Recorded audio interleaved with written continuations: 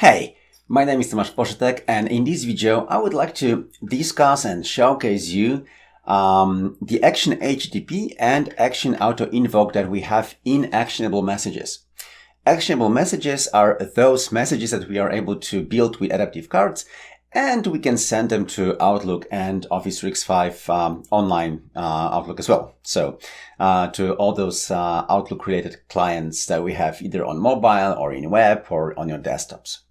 The purpose is to simply allow users to, let's say, dynamically or ad hoc respond to something straight from the message in their inbox. So they don't have to navigate elsewhere. They can just take part in action directly from their inboxes. One important thing, because I'm not going to really dive into details about the actionable messages, like how they are built and what you need to do to build one yourself. But if you're interested, then there is a hyperlink below in the description that will open another video of mine, which really describes in very, very low details how the actionable messages technology works and what you have to do to use it.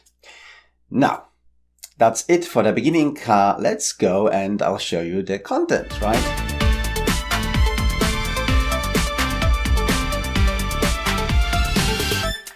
So here I have a Cloudflow, which is very, very simple. Its only purpose is to actually create an adaptive card, then convert this adaptive card to so-called actionable message. So here you need to wrap it in these script tags. And then it is simply sending this card to John Researcher. I want to show you as well how this adaptive card looks like, so that you know actually what I'm talking about. So this is that card. It's really simple.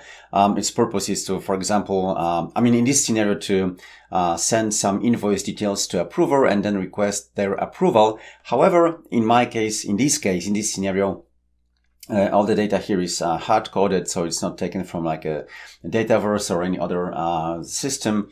It is just being sent with this information. And now what we are talking about are the buttons, are the actions. So there are significant differences between actionable messages and adaptive cards. One of them is those actions. So in adaptive cards, we have like a separate action to submit and a separate action to open URL. Open URL opens or sends a GET request to a given URL, while the submit simply sends a POST request with the data from the card.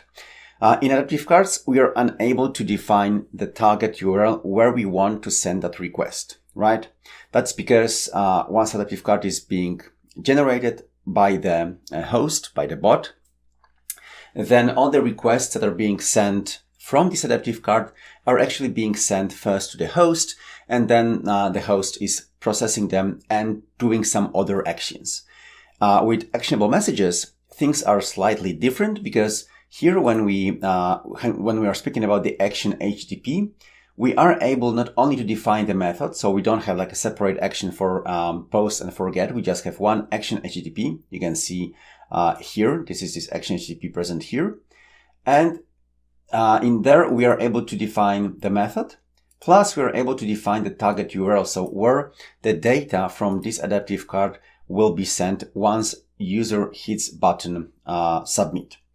Plus, we are as well able to define the body, the request body, and the headers, which is also something unique, because in adaptive cards, we are unable to define headers. Now, what is as well important is that we can make this interaction, or we can bind data from the adaptive card with the request body, so that the request body contains actual values that user typed in that adaptive card. So in this case, for example, I have the comments field. The comments field, or any other field that you want data to be sent with the request body, needs to have ID defined. So you need to define unique IDs for every field you want to use in your request body. And then you need to use that nomenclature that follows like the double curly brackets opening and double curly brackets close. and then you need to provide the ID of that field dot value, which is simply going to take that value provided by the user and put it inside the request body. And then once it is sent, the content from from this adaptive card is being sent with that request to that defined URL. And this URL can, target your custom application, your custom script, your own bot, or Cloudflow, like I'm doing in my scenarios. So, right, all those request URLs, URLs and the request bodies are then being sent to another Cloudflow. Okay, so then let me show you the Cloudflow which is actually handling those responses. So that's the second Cloudflow, and its purpose is actually to first perform some logic, but I'll just put it aside for now.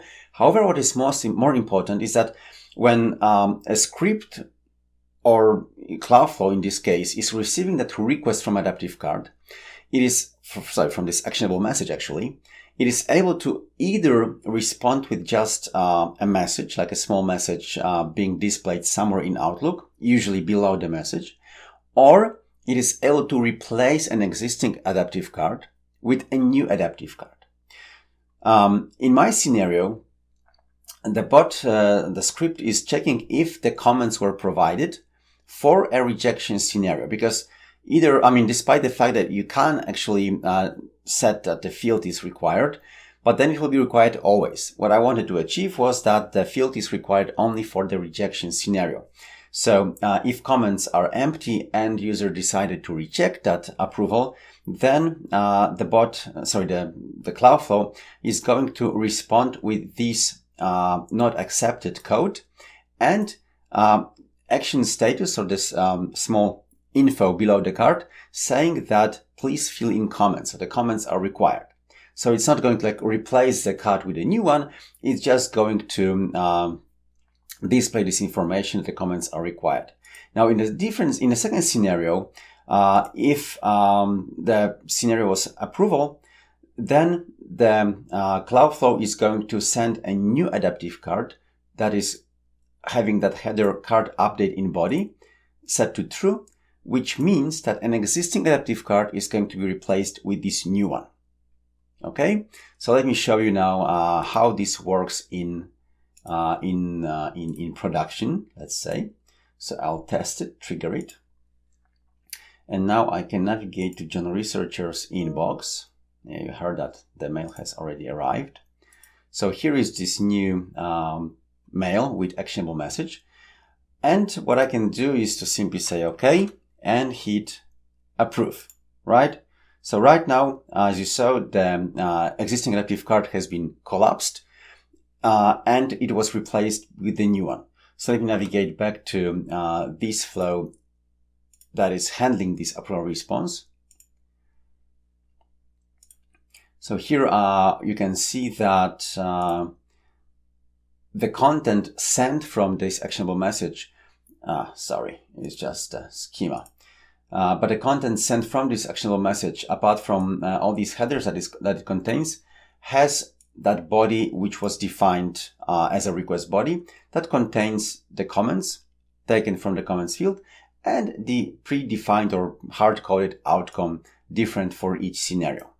Now, in case, just to finish with, so that was a scenario that it was approved. So the flow simply responded with this new adaptive card with a header card update in the body, which simply replaced an existing adaptive card with a new one. So that worked. Now, if I run it now once again,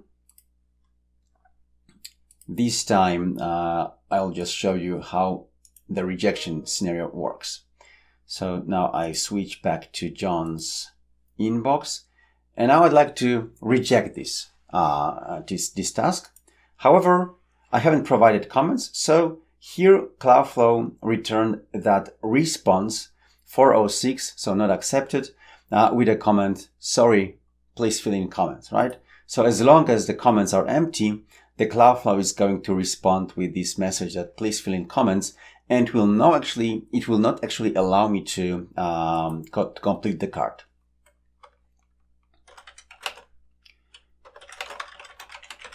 So now once I provide the comments and hit reject, then you see that the card has again been closed, this time with a different message than it was provided in the first scenario. Like in here we had the proof, and here is the reject.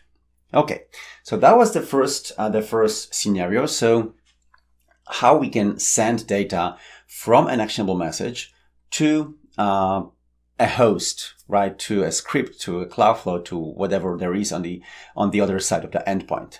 Now, what if we have a scenario that some of you, possibly if you're working with approvals, know already from approvals. So when you're assigned an approval task, and this approval task is as well sending notifications, which are nothing else but those actionable messages, and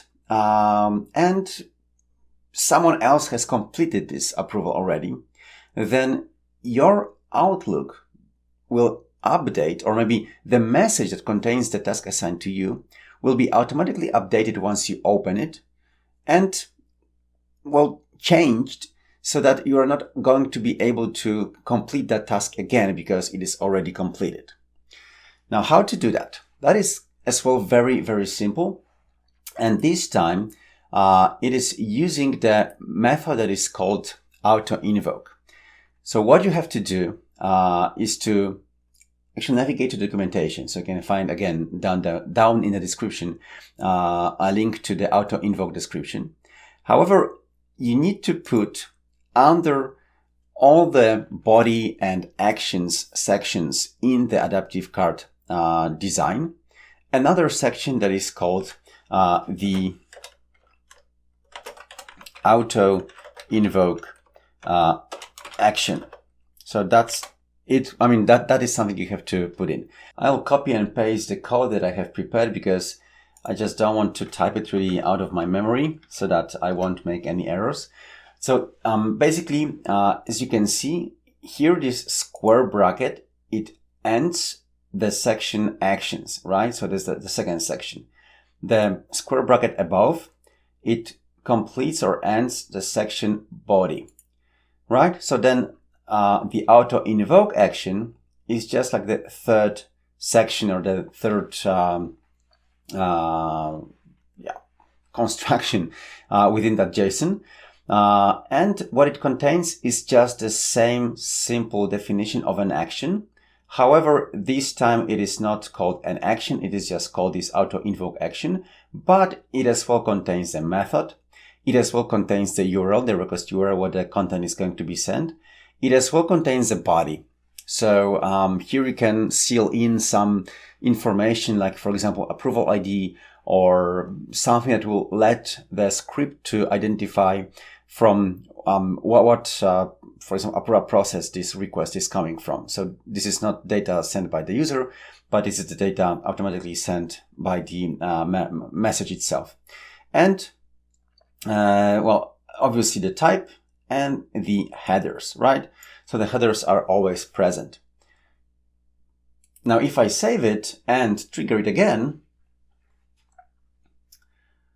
you will notice that in a moment, John Researcher opens an Outlook message that is containing this actionable message.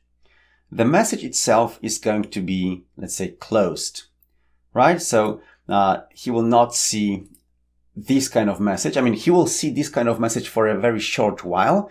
And after this short while, this message is going to be simply closed. All right? Message, and it was closed, right? So here the message is saying that this task has already been completed by someone else. So there is nothing to be done by me. And now, whenever I navigate back to this message, it is already closed. So nothing actually happens with this actionable message anymore.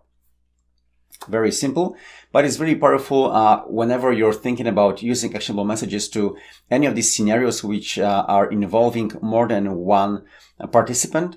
And so that if another participant completes this action, then all other actionable messages should actually be updated and closed, so that no other requests in that specific activity are being recorded. All right. Now, one more thing I want to put your attention on, because it is really easy to, let's say, send this actionable message and then to create like this simple flow, which is processing information from that message and sending a response. However, you have to be aware that there are timeouts. The point is that the time that the message is waiting until the response from that script, Cloudflare, whatever, is received is not, unfortunately, unlimited. So for autoInvoke, as I was doing tests, it is just 4 seconds. So you have to do a really, really fast script or fast Cloudflare that is able to respond within the 4 seconds from receiving the request, because otherwise this autoInvoke is not going to be really, let's say, performed.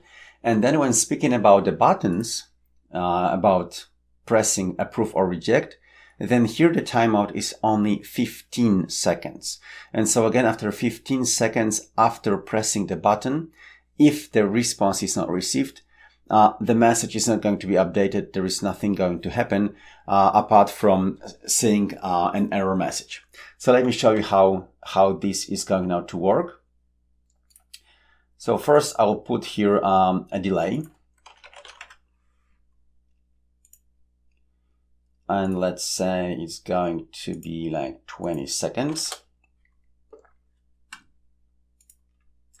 And first, we will start with this autoInvoke, so that you'll see how this behaves. And what I want to do is to as well open the console, the network. All right, so now I open it, and here is that request here, execute action. And it was waiting, you see, 4 seconds. And after these 4 seconds, nothing happened. The Cloudflare, which was meant to handle this response, failed, because after 20 seconds from it being triggered, it wasn't able anymore to send this response to the requester, because requester closed the connection. So the response failed. And as well, as you saw, not here, but in here, this action actually, this action waited only 4 seconds, and after these 4 seconds, it was done. Okay, so that is the first thing. Now, if I would try now to manually complete this task and simply to hit approve button, you will see that it will be again now pending for 15 seconds, right? It is now being processed and it's waiting and waiting. However, after 15 seconds, it will simply, this blur disappear, and it is displaying this error message saying that something went wrong, please try again later. And as you can see, that lasted like 15 seconds. However, in this case, what is odd, what is weird to me, is that this Cloudflare, which was triggered, it was actually able to send the response. However, I have no idea what read that response and what actually happened to that response. My guess is that even though the listener maybe is not terminated, it is not really being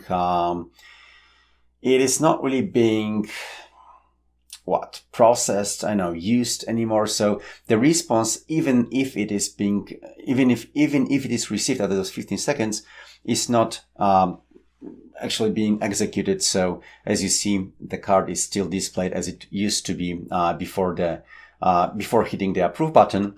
However, if I now remove this this delay action, then everything is going to act as it used to be before.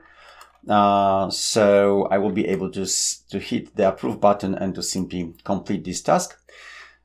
And that is really important for you to remember that and to understand that when you're using actionable messages, you really need to be really sure that the response that is coming from that system behind that is receiving that request cannot be larger or longer than 4 seconds for auto-invoke and 15 seconds for Action.HTTP. So just keep that in mind. All right. So thank you very much for watching. I hope that you really found that interesting and that this video is going to be very useful, and that it will help you to solve some issues and scenarios within Actionable Messages. So thank you very much for watching. Please subscribe, obviously subscribe, rate the video, thumbs up, turn on notifications about the channel and about all these new videos that are coming up. And well, until the next time, bye bye.